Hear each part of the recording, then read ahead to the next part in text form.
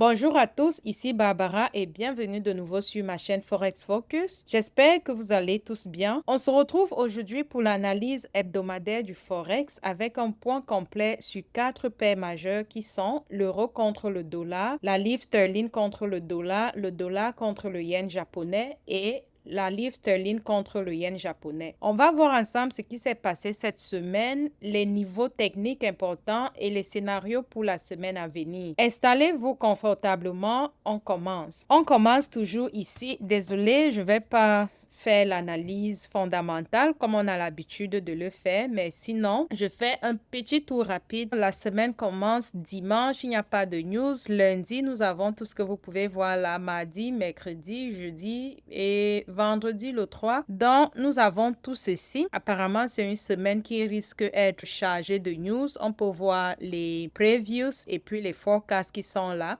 Sans plus tarder, passons à notre analyse technique qui nous intéresse le plus et comme toujours, on commence avec le DXY qui est le Dollar Index. Voici ce que je vous présentais la semaine passée. Pour ceux qui ont regardé la vidéo de la semaine passée, vous pouvez voir que tout ce qui a été prédit est ce qui est en train de se passer. Du coup, je suis tellement contente de vous présenter des analyses qui se réalisent parce que la semaine passée, si nous rentrons sur dimanche à ce niveau-ci, c'est là où le marché a ouvert. Le marché a ouvert ici dimanche de cette semaine qui est en train de s'achever. On a vu un dollar monter et puis descendre et maintenant il est en train de monter. À ce niveau-ci, qu'est-ce qu'on doit faire? Est-ce qu'on doit faire un achat? Est-ce qu'on doit faire une vente? Honnêtement, je ne saurais quoi vous dire parce que tel que vous pouvez le voir, il y a eu également beaucoup de consolidation sur le marché. Vous voyez, il n'y a pas eu beaucoup de volatilité.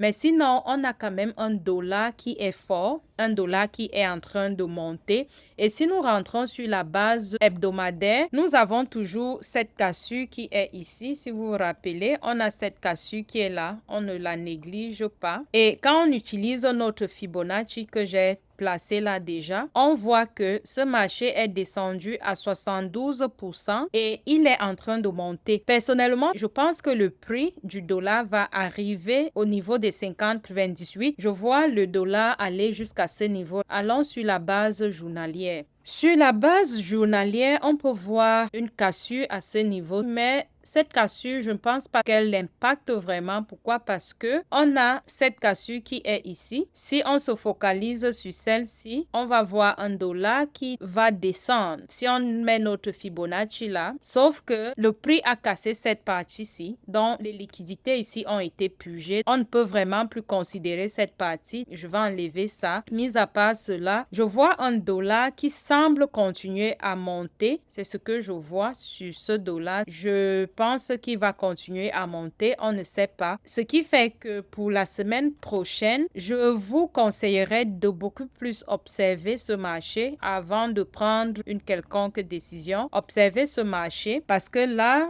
on voit le prix est en train de monter et on a cette résistance qui est à ce niveau. On va voir comment le prix va se comporter à ce niveau. S'il arrive que le prix casse la résistance qui est ici, on va penser à autre chose. Je vais mettre ici Buy Side Liquidity. Ce que nous allons faire, ça serait d'attendre le dollar redescendre. On veut le voir redescendre quelque part là, avant certainement de continuer avec nos achats. Ce que moi j'attends sur le dollar, c'est de voir le prix casser cette résistance qui est ici, puis faire un retracement avant qu'il ne remonte. Donc voici ce que je vois sur le dollar pour la semaine prochaine. Regardons l'euro contre le dollar. Comme je vous ai dit dans mes précédentes vidéos, je fais mes analyses avec deux différents brokers. Et ici, c'est pour les vidéos YouTube. Et vous pouvez voir que la semaine passée, le prix était à ce niveau-ci vendredi. Et si vous vous rappelez, je vous disais que j'avais fait un achat ici et que j'attendais prendre mon profit quelque part. Ce qui s'est passé, c'est que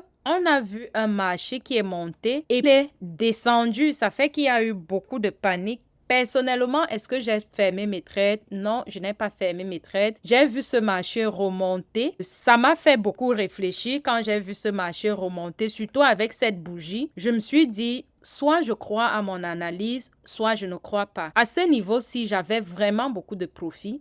J'avais beaucoup de profit ici. Sauf que quand ceci s'est passé, je ne regardais pas le marché, je n'avais pas mon téléphone ni ma machine, donc je ne savais même pas. C'est quand je viens regarder que je me rends compte que tout ce que je faisais comme bénéfice, j'avais perdu. Le marché était en train de remonter. Et là, je m'étais dit, you know what, tu vas rester là où tu es entré et tu as mis ton stop loss qui est à 55 pips. S'il arrive que le prix t'enlève du marché, c'est pas grave. Tu as quand même fait ton analyse et il s'est avéré que le marché en a décidé autrement. Ce qui fait que je suis restée, j'ai pas fermé mes trades, je n'ai rien fait. Plus, ce qui s'est passé, c'est que j'ai vu ce marché faire ceci. Le prix, il est parti de là, il est monté. Descendre, j'avais espoir que oui, c'est en train de redescendre et puis ça recommencer à monter. Et quand j'ai vu cette bougie noire, je me suis dit, ce prix va continuer à descendre. C'est juste une consolidation qui est en train de se passer. Et guess what? On voit ce marché en train de descendre. La même chose que je vous ai dit la semaine passée, c'est la même chose que je vais vous dire aujourd'hui parce que je vous ai présenté ce pattern qui est ici, que voici ce que ce prix allait faire. Et c'est exactement ce que le prix est en train de faire. Si nous allons sur 15 minutes, vous allez voir exactement ce que le prix est en train de faire. Je vais rentrer sur une heure de temps. Donc, pour moi, en ce qui concerne l'euro contre le dollar pour la semaine prochaine, l'analyse n'a vraiment pas beaucoup changé par rapport à la semaine passée, ce qu'on s'est dit la semaine passée et ce qu'on voit cette semaine-ci. J'espère qu'il y a des personnes qui ont fait des ventes à ce niveau. Donc, si vous avez fait des ventes ici et que vous n'avez pas fermé vos trades, si vous êtes assez patient, je vous suggère de garder vos trades jusqu'à ce niveau. À partir d'ici, pour être conservateur, à partir d'ici, vous pouvez prendre des take profits ici, tout comme vous pouvez prendre des take profits là. Tout va dépendre. Mais mettez-vous en tête que ça ne va pas aller de façon directe. Non, ça va monter, ça va descendre. Il y aura beaucoup de retracements et tout. Et quand vous voyez un marché qui est comme celui qui est à ce niveau-ci, ça, c'est la consolidation, mais qui est quand même en train de bouger parce qu'il y a des consolidations qui ne bougent pas. Mais celle-ci, quand même, il n'y a pas de volatilité. On ne voit pas de volatilité, mais on voit quand même un marché qui est en train de bouger. Ma suggestion pour vous, pour la semaine prochaine, pour ceux qui ont des trades ouverts, prenez vos take profit à partir d'ici. Mais si vous êtes assez patient, je vais vous dire d'aller même jusqu'à ce niveau-ci. Parce que personnellement, je pense que je vais rester patient et prendre mon take profit là. Mais sinon, mon idéal du take profit, c'est ici pour ce trade. Comme je dis toujours, je fais dans le swing trading. Du coup, garder des trades pendant des semaines, ça ne me dérange pas. C'est ça. Si on repart sur 4 heures, notre analyse n'a vraiment pas beaucoup changé depuis la semaine passée. Il n'y a pas eu beaucoup de changements. Donc, ce qu'on attend voir dans ce marché, c'est cette descente. À partir d'ici, on ne sait pas ce qui va se passer. On va devoir faire d'autres analyses. Il est possible que si le prix arrive à ce niveau, qui continue à descendre, monter et puis continuer à descendre. Rappelez-vous, si on passe sur la base hebdomadaire, si vous vous rappelez, voici ce que je vois sur ce marché. Donc, je vois un euro-dollar qui va descendre jusqu'à ce niveau-ci avant que le prix ne remonte. Sauf que ça ne sera pas de façon directe. On aura quelque chose qui va beaucoup plus ressembler à ceci. Voilà pourquoi il faut être patient avec cette affaire. Si vous voulez trader, pas de précipitation. Soyez patient et la patience va vous payer. Je vois un dollar qui, pour moi, va continuer à descendre. Et sur la base journalière, il n'y a pas grand-chose vraiment à dire ici, mis à part le fait que on s'attend à un dollar qui va continuer à descendre. On a cette cassure ici. Et ici, je vais appeler cette partie-ci le short. On a le short qui nous a montré que ce marché était en train de changer de tendance. Donc, ce marché qui était sur la tendance haussière est en train de changer pour une tendance baissière. Et on s'attend à ce que ce marché descende jusqu'à ce niveau-ci avant peut-être de remonter. On ne sait pas quand est-ce que le prix va arriver ici. D'ici peut-être quelques semaines, quelques mois. We don't know. C'était pour l'euro contre le dollar. Passons à la livre sterling contre le dollar. La livre sterling contre le dollar, c'est quasiment la même chose. On va se concentrer ici. Allons sur 4. Exactement. Je suis tellement contente pour mes prédictions. Ça donne exactement ce que j'avais prévu. Les analyses que j'ai eu à faire, c'est exactement ce qu'on a. Vous vous rappelez la semaine passée, j'étais à ce niveau-ci. Donc, l'euro contre le dollar et la livre sterling contre le dollar fonctionnent presque de la même façon. Ils ont en quelque sorte un même modèle de fonctionnement. Donc, où on se trouve à ce niveau-ci, j'ai fermé mes trades. Les trades que j'avais placés ici, je les ai fermés aujourd'hui. Donc, vers 17 heures, quand il restait peut-être 15 minutes que le marché ferme, je me suis dit, il reste combien de pips pour que le prix arrive ici? On va essayer de regarder. Il reste quasiment 37 pips. Tu ne vas pas perdre 174 pips pour 37 pips. Donc, ce que j'ai fait ce soir, c'était de fermer mes trades.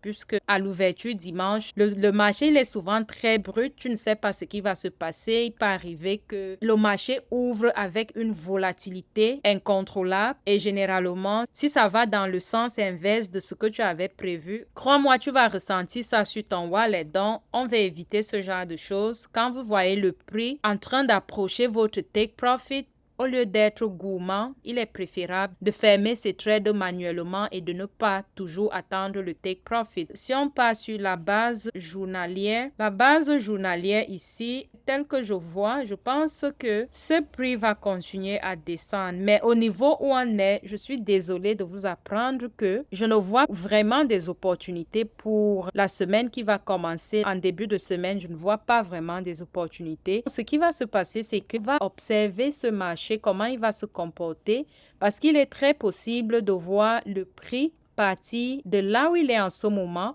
descendre quelque part ici, avant peut-être de faire un retracement et continuer à descendre. Avant ça, vous voyez la cassure qu'on a là. On a besoin d'une autre cassure pour la semaine prochaine ici. On a besoin de cette cassure. Si on a cette cassure, ça va faire une indication en fait pour nous. Donc, si on a cette cassure, la semaine prochaine, ici, on voit un dollar qui va venir là, casser cette base-ci, c'est-à-dire enlever ces liquidités-ci. On voit le prix qui va descendre et maintenant, ce prix-là va monter pour redescendre. Qu'est-ce qui va se passer? Ce qu'on va faire, c'est que on va observer jusqu'où ce prix va descendre et à partir de là, on pourra utiliser notre fibre qu'on va mettre sur ce swing parce que notre cassure était ici. Dans notre prochaine cassure, c'est ici. On pourra utiliser notre Fibonacci. Je vais mettre ici la cassure. Donc, on s'attend à avoir une cassure ici pour la semaine prochaine. Si on a une cassure là, soyez vraiment patient. Si vous n'êtes pas patient, vous n'irez nulle part dans cette affaire de trading. Donc, ce qui va se passer, c'est que si on voit le prix descendre jusqu'ici, on va attendre que ce prix remonte. Certains pourront peut-être faire des achats ici, au cas où. Ils pourront faire des achats ici pour peut-être prendre leur take profit soit à 50% ou à 72%. Tout va dépendre de vous. Mais ça sera trader contre la tendance. Et trader contre la tendance, c'est pas vraiment très conseillé parce que il peut arriver que le marché vous montre qu'il est en train de faire un retracement ici. Puis, la minute d'après, vous ne savez pas et il y a changement. Vous voyez un marché qui va descendre là. Vous enlevez du marché et il va continuer à monter comme vous avez prédit. Ce que je vous propose de faire, c'est de laisser voir ce que le prix va faire. S'il décide de remonter, étant donné qu'on aura notre cassure à ce niveau-ci, ça nous donne une confiance que, bon, voilà, le prix, il est descendu. Maintenant, il est en train de remonter. Qu'est-ce qu'on va faire? On va attendre ici pour faire notre vente. On va attendre quelque part ici. Notre stop loss serait certainement là. Et on va faire notre vente pour prendre notre take profit quelque part ici. Donc, voilà ce que je vois sur le pound yen japonais. Allons sur le dollar yen japonais. Le dollar yen japonais a vraiment bougé. Vous vous rappelez de ma vidéo de la semaine passée où je vous disais au cas où le prix franchissait cette zone et qu'il y avait un retracement, on devait faire un achat quelque part ici et continuer avec le prix. Et au cas où on voyait ce prix-là descendre et chose qui s'est passée dans cette hypothèse, on enlève ça de la scène. On a vu un marché qui est descendu. J'espère que vous avez regardé la vidéo de la semaine passée. Tout ce qui se passe en ce moment-ci, c'est des choses qui ont été prédites et croyez-le ou pas, c'est exactement ce qui s'est passé. On a vu le dollar ici et je parlais de ce changement de caractère et je disais que au cas où le prix ne franchissait pas cette il allait descendre. Et à partir de là, on a fait notre achat. Et voilà. Pour revenir sur le dollar yen japonais, allons sur une semaine. Sur une semaine, je vois cette résistance qui est ici et je pense que le prix est en train de poursuivre cette partie-ci. Je vois le dollar contre le yen japonais arriver sur 161,90. Allons sur un jour. Je vois le prix en train de menacer cette résistance qui est ici. Donc, ne soyons pas surpris de voir vraiment le dollar contre le yen japonais aller jusqu'à ce niveau, peut-être pour redescendre.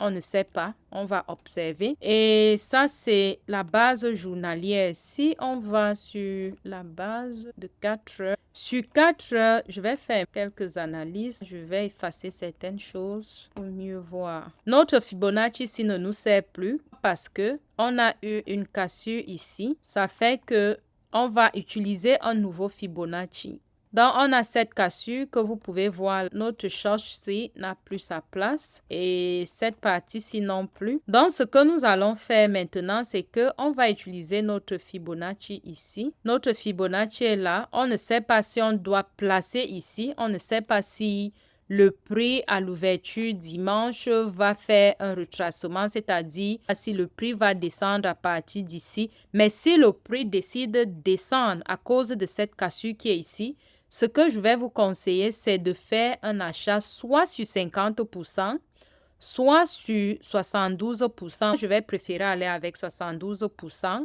et voir le prix remonter. Et ici, on a ce qu'on appelle souvent les liquidités. Donc, il peut arriver qu'on voit un marché qui va descendre, enlever ses liquidités avant de commencer à remonter. Tout comme il est possible qu'on voit ce marché juste continuer à monter avant qu'il ne redescende. Les deux hypothèses que j'ai pour la semaine prochaine, c'est celle-ci, la première, qui est celle-ci, un marché qui va monter, descendre quelque part ici et continuer, pas monter complètement, monter peut-être quelque part ici. Donc, je vois cette hypothèse pour la semaine prochaine. Ça, c'est la première hypothèse pour le dollar contre le yen japonais. Maintenant, la deuxième hypothèse, c'est de voir le prix descendre jusqu'à un certain niveau avant qu'il ne remonte. Je vais changer de couleur. OK. Voici les deux hypothèses que je vois sur le dollar yen japonais pour la semaine prochaine. Allons voir la dernière paire qui est le pound et le yen japonais.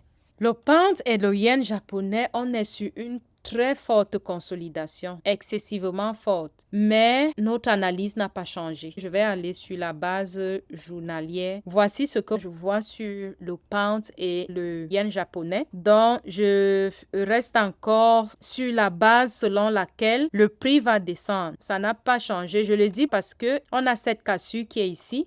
Et quand on utilise notre Fibonacci, par exemple, ici, on le place sur le swing là pour l'autre swing. Je pense que actuellement où se trouve le prix, c'est le meilleur endroit pour faire une vente. C'est vrai que le stop loss est un peu très élevé. On est jusqu'à 234 pips.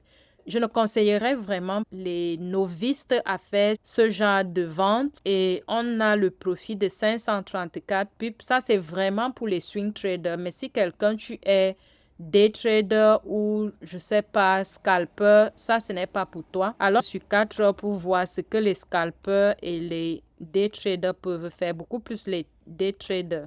Donc ici, on a par exemple la partie-ci, les liquidités ont été purgées ici et il y a beaucoup de consolidation. Il est possible de voir ce marché même remonter quelque part là avant qu'il ne redescende. Il est possible qu'on ait ce scénario.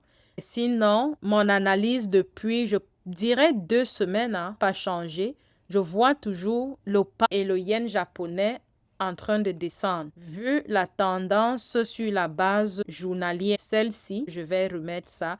On a vu le prix qui est parti d'ici, il est descendu. En descendant, le prix a cassé ces liquidités qui étaient ici. Donc, on a une cassure ici qui indique en fait que ce prix va continuer à descendre. À ce niveau-ci, je vois ceci comme étant un retracement que le prix va continuer à descendre. Mais si notre scénario que j'ai depuis quelques semaines n'est pas valide, ce que je peux encore voir dans ce marché, c'est de voir un marché qui va monter. Et s'il arrive que ce marché monte et enlève ces liquidités-ci, c'est-à-dire crée une cassure ici, là, on va oublier le côté vente. On va maintenant entrer dans le côté achat. Au cas où le prix monte, casse, enlève ces liquidités-ci et crée une cassure ici. Ce qui va se passer, c'est que le prix va monter certainement jusqu'à quelque part ici pour descendre. Et c'est lorsqu'il va descendre que vous allez chercher à faire un achat ici pour remonter avec le prix. Je ne sais pas si ce que je vous présente est clair. Donc, si on voit le prix monter pour casser cette résistance qui est ici, vous allez juste observer et lorsque le prix va redescendre, c'est quelque part ici que vous allez faire votre achat pour monter avec le prix.